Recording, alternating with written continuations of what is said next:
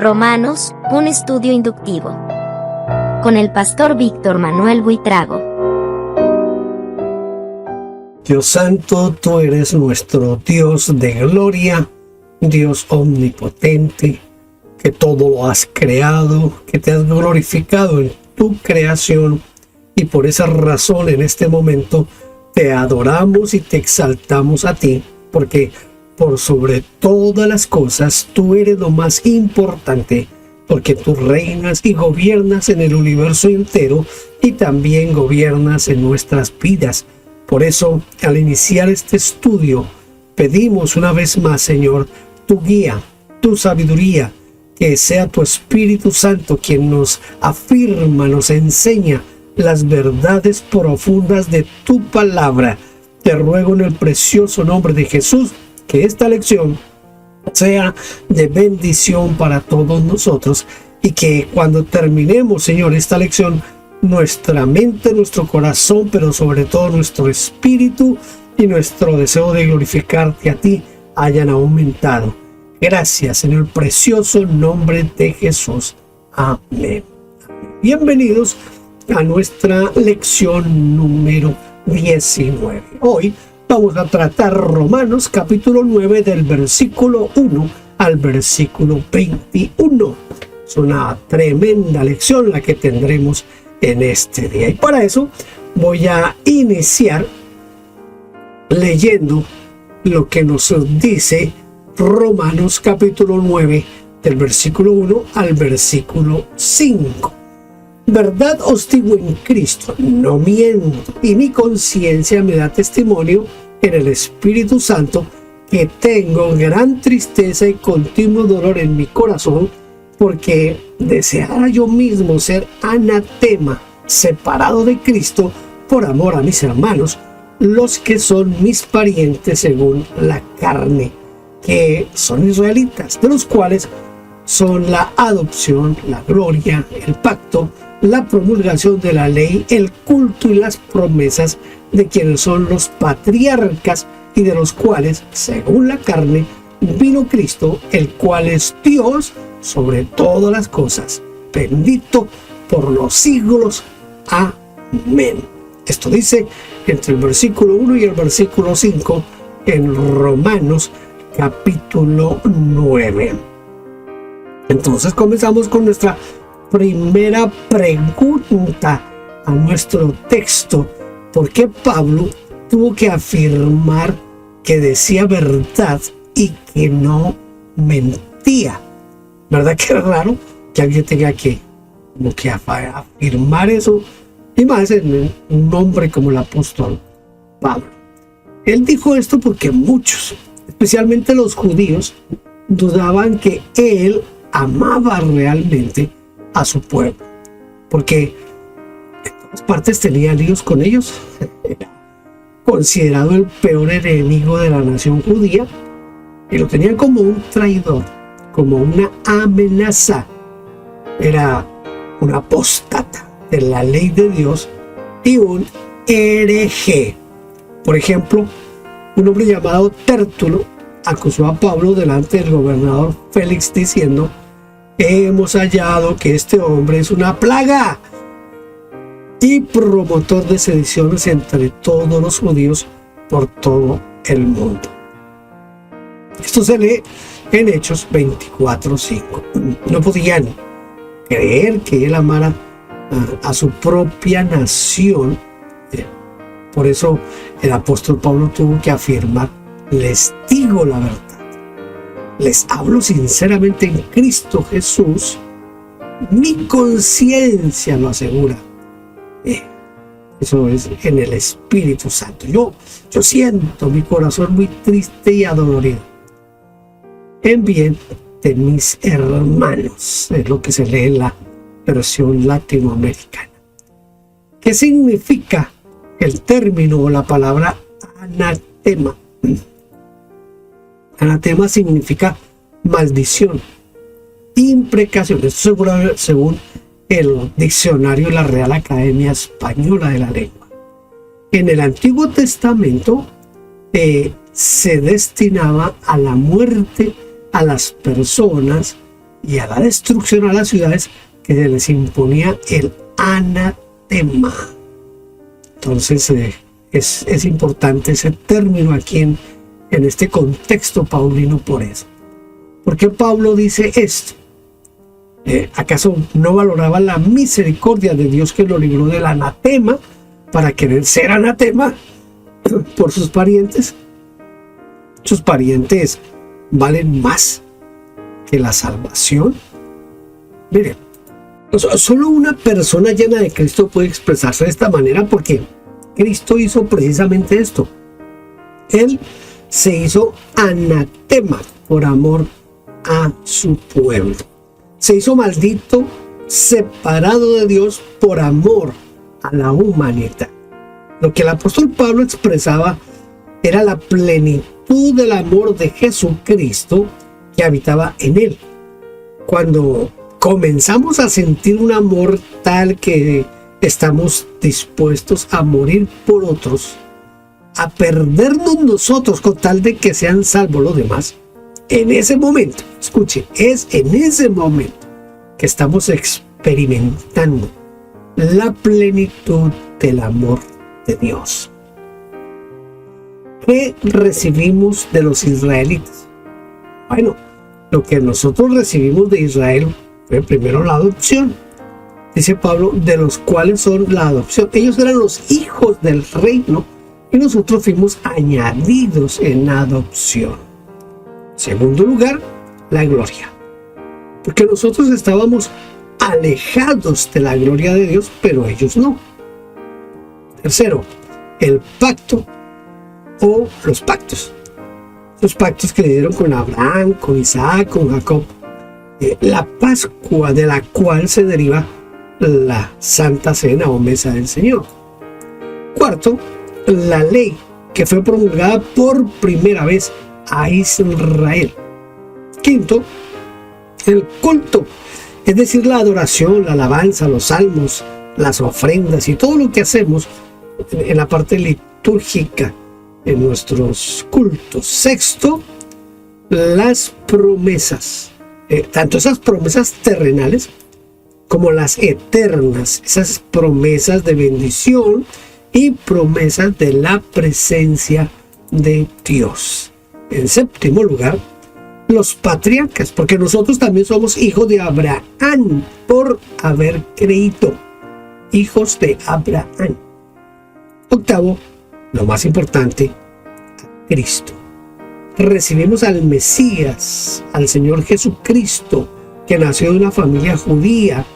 La iglesia es la continuación, en cierta manera, desde luego, de la historia de Israel y está unida a este pueblo desde sus propios comienzos. Es un poco complicado tratar de separar estas promesas de el Señor al pueblo de Israel y también las de la iglesia. De hecho, los discípulos al principio no comprendían completamente este asunto. Ellos trataron como de mantener todo lo judío. Por eso usted encuentra que cuando ellos iban a orar, se iban a orar en el templo y lo hacían en el horario en que se acostumbraba a orar en el templo. Fue a raíz de ciertos eventos que tuvieron que desligarse completamente del templo y comenzaron a entender poco a poco la diferencia entre la ley y la gracia. Voy a leer ahora Romanos capítulo 9, versículos 6 al 9. No que la palabra de Dios haya fallado, porque no todos los que descienden de Israel son israelitas, ni por ser descendientes de Abraham son todos hijos, sino en Isaac te será llamada descendencia. Esto es, no los que son hijos según la carne son los hijos de Dios, sino los que son hijos según la promesa son contados como descendientes. Porque la palabra de la promesa es esta: por este tiempo vendré y Sara tendrá un hijo. Y Sara tendrá un hijo. ¿Por qué razón? ¿Por qué se dijo que la palabra de Dios, dice Pablo, no que la palabra de Dios haya fallado? Porque el apóstol Pablo estaba pensando en tantas promesas incumplidas sobre el pueblo de Israel, comenzando con Abraham, a quien Dios le dijo: en ti serán benditas todas las familias de la tierra. Siguiendo por Jeremías, quien dijo: he aquí yo les traeré sanidad y medicina, los curaré y les revelaré abundancia de paz y de verdad, y perdonaré todos sus pecados que contra mí pecaron. Esto dice Jeremías 33, 6 y 8.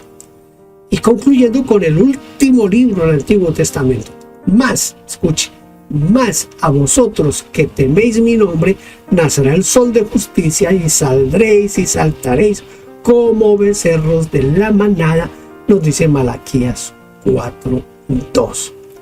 Y cuando observaba a su pueblo, que había rechazado al Mesías y lo había crucificado, su pueblo que no quería ni oír ni creer, que se había opuesto al evangelio, parecería que la palabra de Dios había fallado. Pero se apresuró a escribir y a decir: no podemos decir que la palabra de Dios no se haya cumplido. Esto es lo que dice la versión latinoamericana. O en la Nueva Biblia Española dice: o es que no es que Dios haya faltado a su palabra. Para Pablo hay dos clases de israelitas. ¿Cómo los define el apóstol Pablo a estos dos tipos de israelitas, dos clases de israelitas?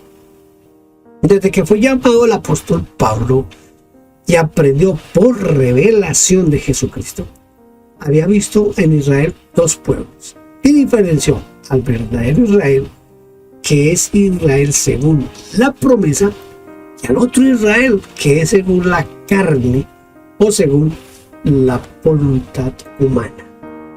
En la epístola a los Gálatas, el apóstol Pablo describe detalladamente esta diferencia, en especial cuando hace una alegoría de Sara y Agar.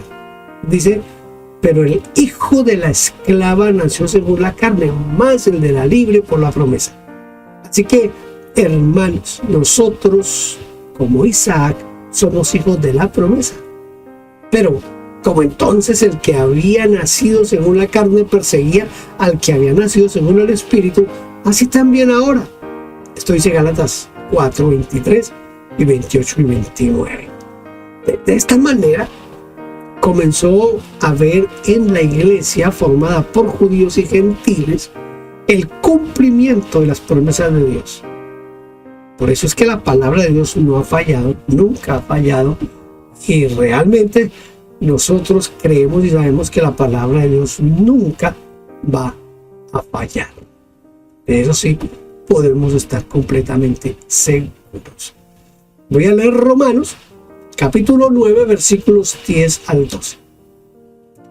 Y no solo esto, sino también cuando Rebeca concibió de uno, de Isaac, nuestro padre, pues no había aún nacido, ni habían hecho aún ni bien ni mal, para que el propósito de Dios, conforme a la elección, permaneciera, no por las obras, sino por el que llama. Se le dijo: el mayor servirá al menor. El mayor servirá al menor. Podríamos preguntarnos aquí: ¿hizo algo Jacob para que Dios lo eligiera o lo amara? Yo creo que no, porque lo que dice el texto es completamente lo cierto. No existió nunca un motivo, un momento, un mérito personal de Jacob para ser elegido y amado por Dios. Porque, mire, tanto Isaac, su padre, como Jacob tuvieron en común que ambos fueron elegidos. Esto yo sé que choca con algunos, esto yo sé que no es comprendido por todos, pero fueron elegidos antes de nacer. Ambos fueron hijos de la promesa de Dios. Dios hizo nacer a Isaac cuando había esperanza de nacimiento, para que quede bien en claro que no fue por la virilidad de Abraham o por la fertilidad de Sara, sino por la gracia de Dios. Con Jacob ocurre algo parecido. Antes que naciese, ni aún había hecho bien o mal, ni Jacob ni Esaú, ninguno de los dos habían hecho bien o mal. Dice, no habían hecho bien o mal. Dios hizo nacer primero a Esaú para que sea el que por derecho de primogenitura recibiera la mayor parte de la herencia y que por derecho recibiera la autoridad de gobernar, para luego mostrar que él elige por gracia, no por obras, ni porque tenga uno más derecho que el otro. Él dijo, el mayor servirá al menor. Es decir, Dios cambió lo establecido. Esto es tremendo. Dios cambió lo establecido, amando a Jacob y aborreciendo a Esaú. De esta manera, Dios quiere mostrarnos que sus planes no descansan en nuestra conducta o en nuestras buenas obras, o porque llegamos primero, o porque otros piensen que merecemos algo, sino en su elección. Porque esto es algo curioso, que llevamos tantos años predicando la gracia, pero todavía nuestra tendencia y nuestro razonamiento es creer que los premios, el éxito, la bendición, la autoridad, la prosperidad y todo lo bueno que podemos imaginar, todo esto vendrá sobre nosotros si lo merecemos o tenemos cierto derecho. Pero no es así, porque Dios estableció la elección y no las obras para el cumplimiento de sus promesas. Pero Dios no supedita ni condiciona su proyecto a la conducta variante e inestable de nosotros, los seres humanos. Su plan es firme, su plan es estable y se va a llevar a cabo sí o sí, para que el propósito de Dios conforme a la elección permaneciese. Yo sé que en ciertos círculos esto de la elección causa cierto resquemor, pero es la palabra de Dios lo que estamos leyendo, y seguramente algún día voy a abordar este tema de la predestinación, la preelección y cómo es que debemos tomarla y todos esos asuntos. Por ahora no me toca dejar ahí porque ya saben, este no es el espacio para hacer este tipo de discusiones. Por ahora voy a leer Romanos 9 del 13 al 16. Como está escrito, a Jacob amé, mas a Esaú aborrecí. ¿Qué pues diremos? ¿Que hay injusticia en Dios? En ninguna manera. Pues a Moisés dice, tendré misericordia del que yo tenga misericordia y me compadeceré del que yo me compadezca. Así que no depende del que quiere ni del que corre, sino de Dios que tiene misericordia. Cuando nosotros leemos la historia de Jacob y la historia de con su hermano Esaú, allá en el libro de Génesis, en ninguna parte encontramos que Dios haya dicho a Jacob amé y a Esaú aborrecí. No.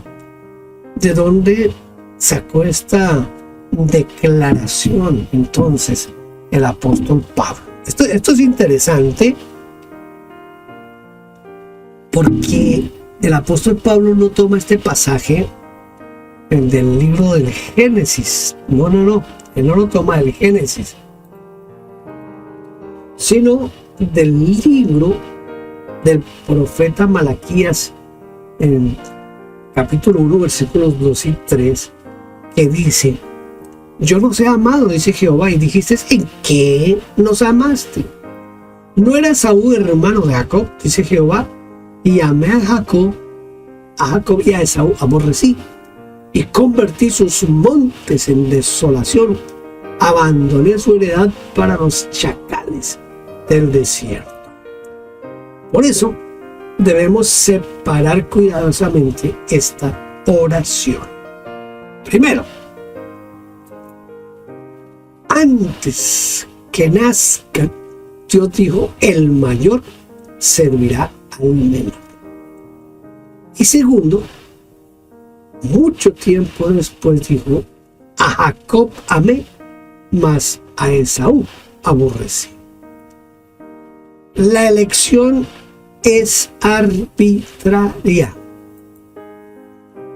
Antes de nacer, Jacob fue elegido, y el amor es la consecuencia de esa elección, pero el aborrecimiento de Dios aparece años después a causa de la conducta de Esaú, pues dice: y convertí sus montes en desolación.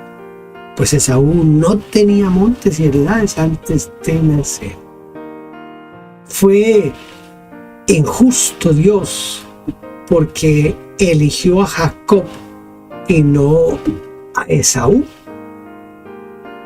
Jamás se diría mi papá, nosotros mismos nos damos el derecho de elegir a nuestro cónyuge, uno entre miles. Esa es una exageración, ¿verdad? Pero entre muchos elegimos a un cónyuge. Nos damos el derecho de elegir lo mejor para nuestros hijos y hacemos diferencia entre nuestros hijos y los hijos de otros. ¿Acaso somos injustos por eso? ¿Por qué entonces se cuestiona a Dios? ¿No tiene Dios derecho de elegir y hacer lo que a Él le plazca? Por eso no depende del que quiere ni del que corre, sino de Dios, que tiene misericordia. La versión internacional dice: por consiguiente, ni depende de la voluntad o el esfuerzo de uno, sino de la misericordia de Dios. Y esto lo dice en el contexto de el carácter. Escuche, esto lo dice en ese contexto del carácter de Esaú, que era esforzado, que era luchador, emprendedor e independiente. En cambio, Jacob era hombre de tiendas, o como podríamos decir hoy, hombre de la casa, que dependía de sus padres. Y Dios tuvo misericordia de Jacob, lo eligió, lo condujo a ocupar un lugar en la historia que ni el esfuerzo de Esaú, ni su llanto, ni su odio y deseo de venganza pudo cambiar.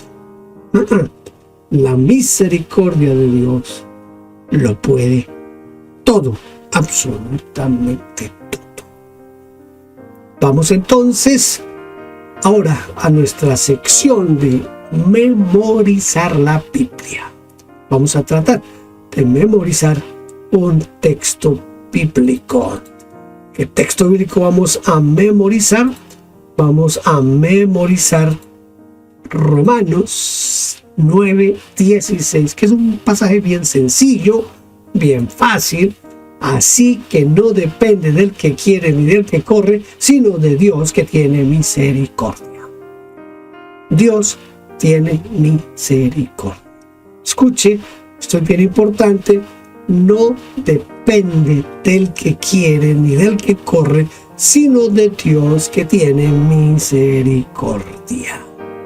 Ok, hemos llegado al final de nuestra lección número 19 de Romanos Inductivo. Yo sé que quedan muchas cosas en el tintero, que quedan muchas cosas para discutir. En otra ocasión vamos a tener la oportunidad. A veces hago este tipo de discusiones en estudios bíblicos que hago, que quedan aquí en el canal, pero que no son parte, por ejemplo, en este caso, del estudio de los romanos. Muy de vez en cuando he utilizado anexos o corolarios que se llaman para explicar ciertas cosas, como lo dice en el libro del Apocalipsis, por ejemplo. Aquí tenemos en este momento el final de nuestra lección número 19. Lo espero para nuestra lección número 20 y deseo que Dios le siga, le continúe bendiciendo más de lo que hasta ahora lo ha hecho. Bendiciones. Gracias por vernos. Déjenos su huella suscribiéndose y comentando. No olvide campanita y compartir. Dios le bendiga.